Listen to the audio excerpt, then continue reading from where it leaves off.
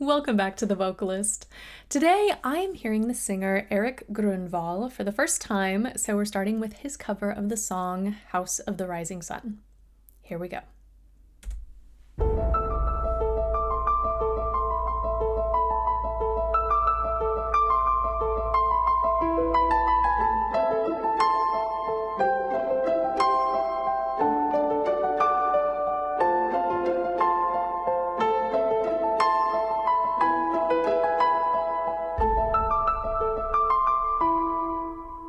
There is a house in New Orleans they call the Rising Sun, and it's been the ruin of many a poor boy. And God, I know I'm one.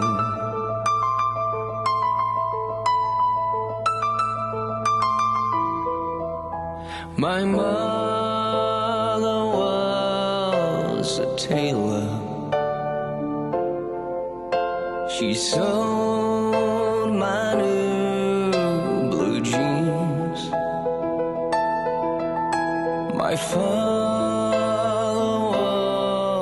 was a gambling man down in New Orleans. We're gonna pause here. I feel like this is gonna build into something pretty epic, as it says in the description, epic dark version.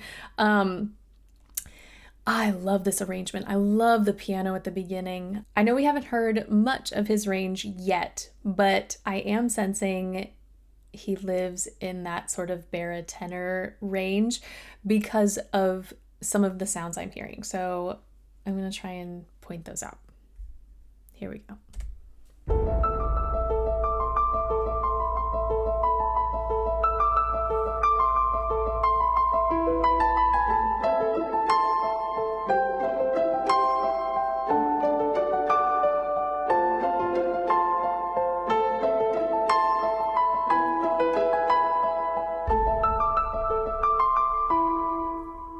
There is a house in New Orleans.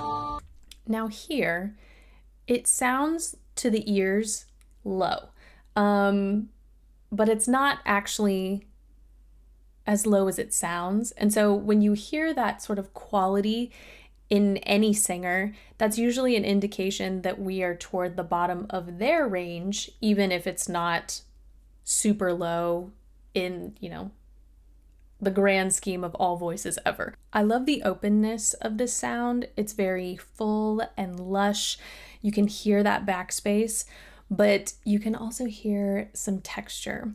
And when you're at the bottom of your range, your chords are very thick, they're very short and dense, so we need a bit of relaxation to get them to continue to vibrate at the bottom of our range. And so when I heard that bit of texture, or that added bit of texture down low compared to how he sings a little higher up, it made me think, okay, we're definitely at the bottom of his range because he's relaxing in order to get more tone. And yeah, a great way of doing that is just letting more air through, which oftentimes we translate as texture. They call the rising sun. Actually, that's a great example. Like, you can hear just how much more firmly pressed his chords are in that section as he ascended compared to the beginning.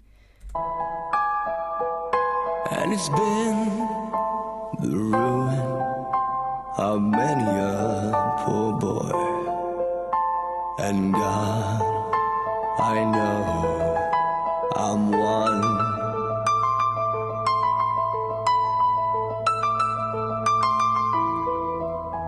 My mother was a tailor. I like the contrast with his resonance because I feel feel like he's pulling this pretty far forward, even though we're in mid-range, I'm assuming.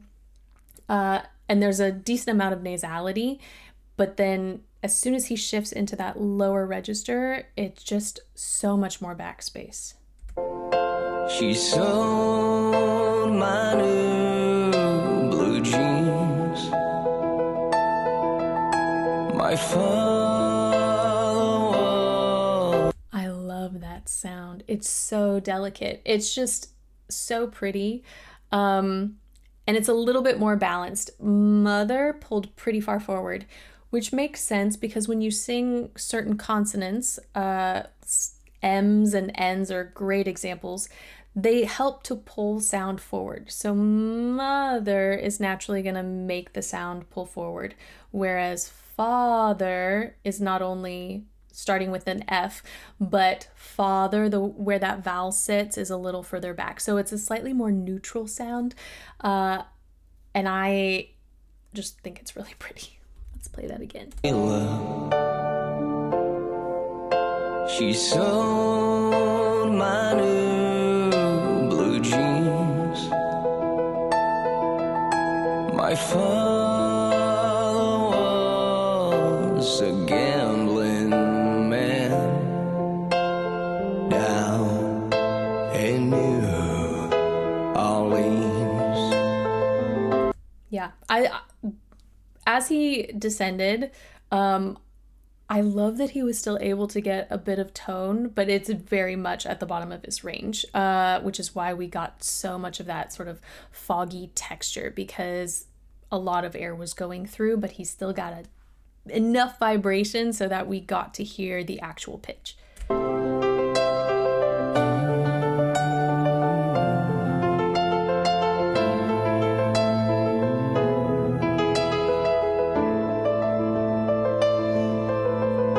Now the only thing a gambler needs is a suitcase and a trunk,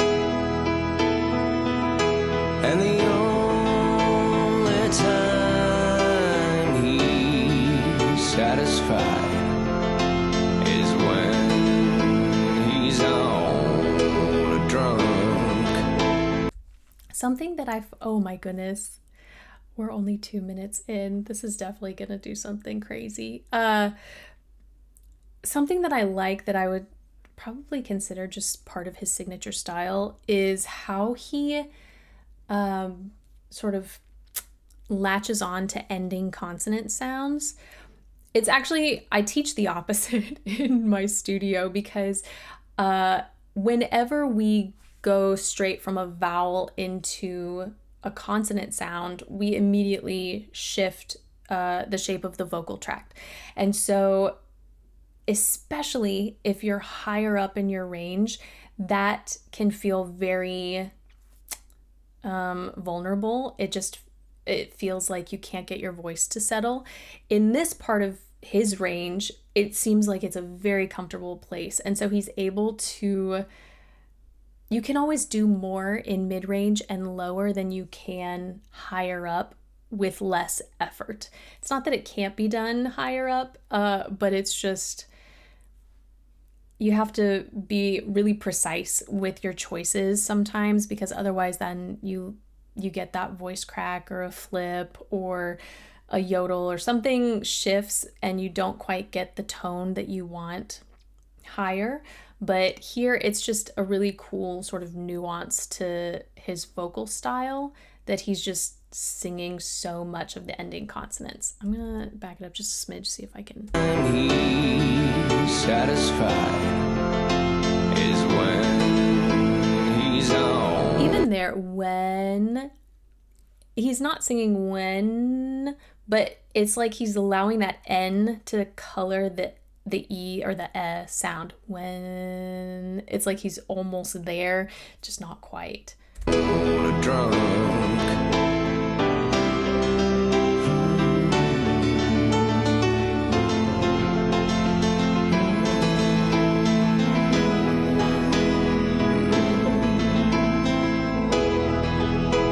Oh, mother,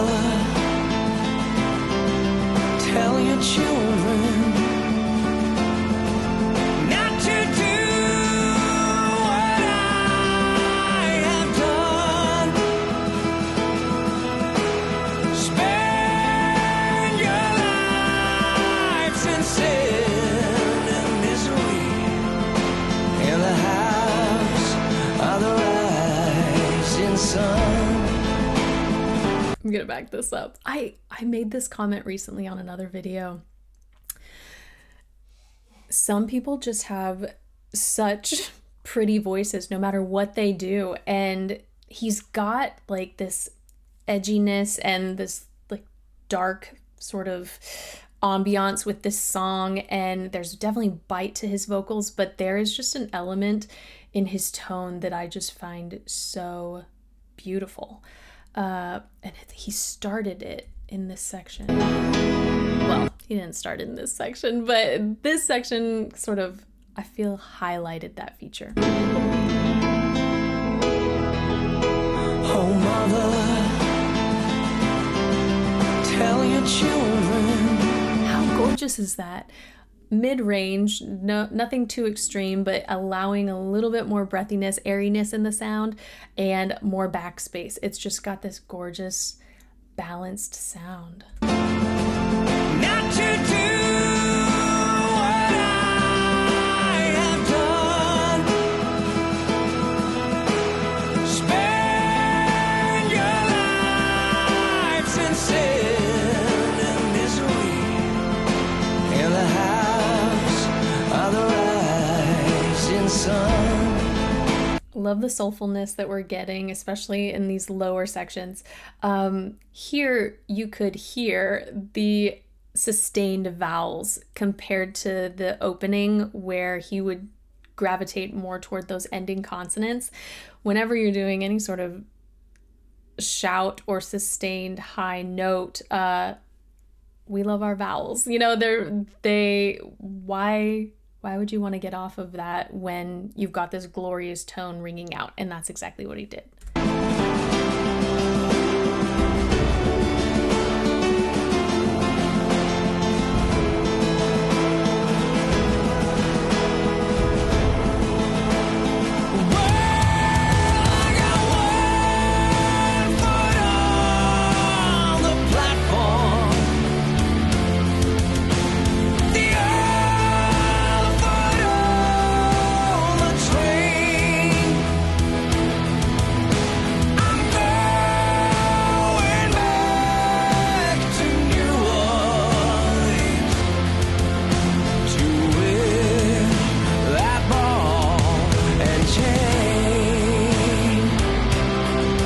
The harmonies that we're getting on this chorus, you can hear just a smidge of bite, like a little added texture creeping through on these higher notes, but it's not overpowering his tone, which I appreciate given just how much I'm enjoying the beauty of his tone.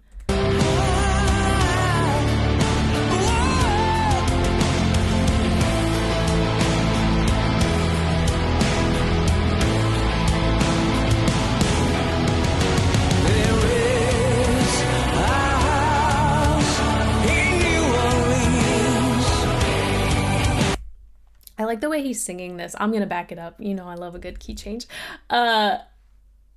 In New Orleans, like he's just he changed the timing of that. At least I'm used to hearing there is a house in New Orleans. Like I'm used to hearing that repeated rhythm, but he has changed that, and it's just it's so slight that it still, like, it doesn't take away from the song, but it just kind of makes your ears perk up.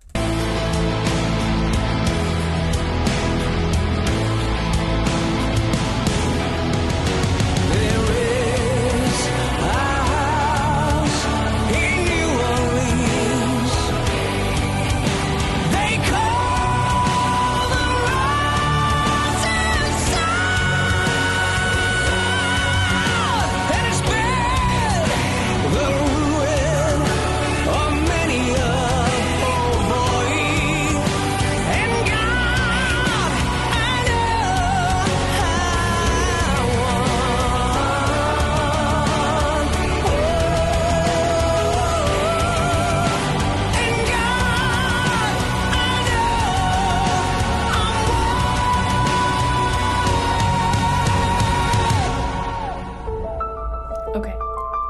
promise I'll let this play through eventually. But okay, we're going to talk about his mix.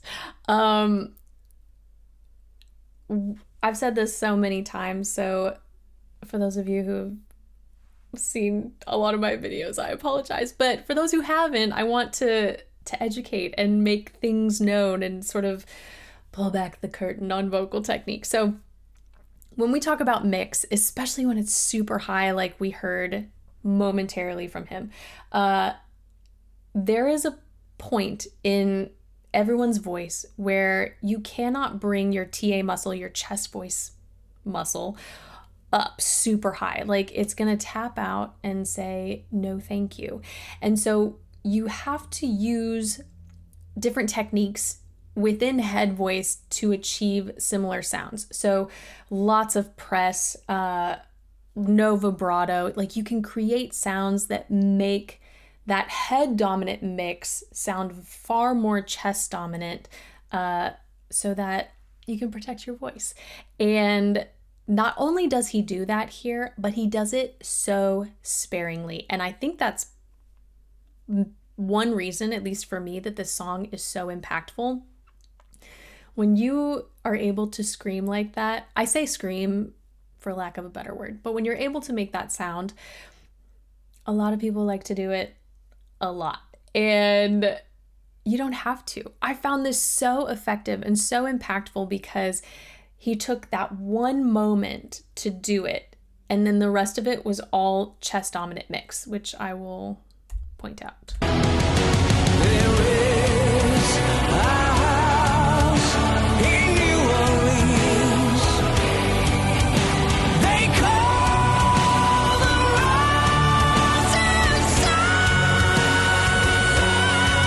Rising Sun is that head dominant mix that I'm talking about. Leading into that, you can hear that added muscle. It's like this, it's a slightly different timbre or color, but it's got just a bit more press in it. Both are gorgeous and they blend so well, but it's just a tiny shift because of how high that is. He can't bring that TA muscle up to the degree with which he was using it before at such a high place in his range. One more time. they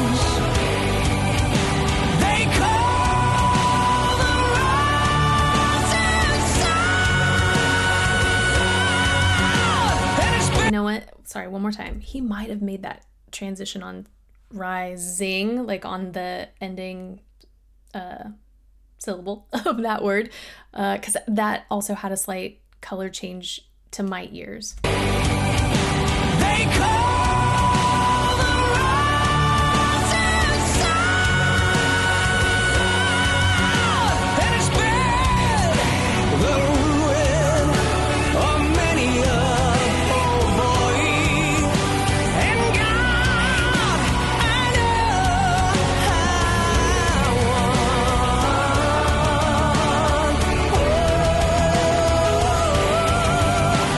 And God, I know how and God, I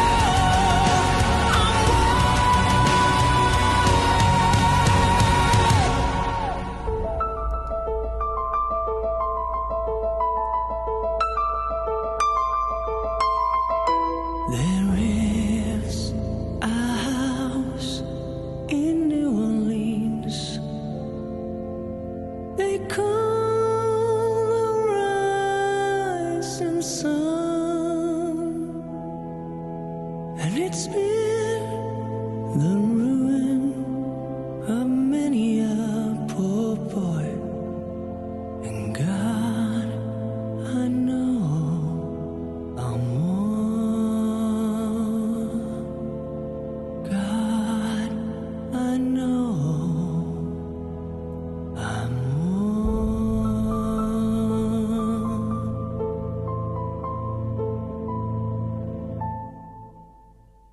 I love when we get to see so much range from singers, and yet it doesn't feel like the intent was to show range. It was really just to make the song that much more impactful.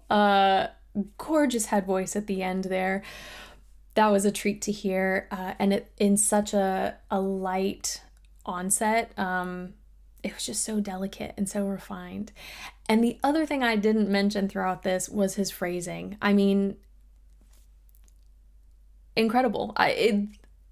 To make these phrases, these lines feel so luxurious and so well sustained. I mean, that gives the heaviness that this song requires, I think. And the other thing that was really sort of grabbing my attention was the text. And I think that's important because, well, it's important because otherwise, what's the point of putting words to a song? But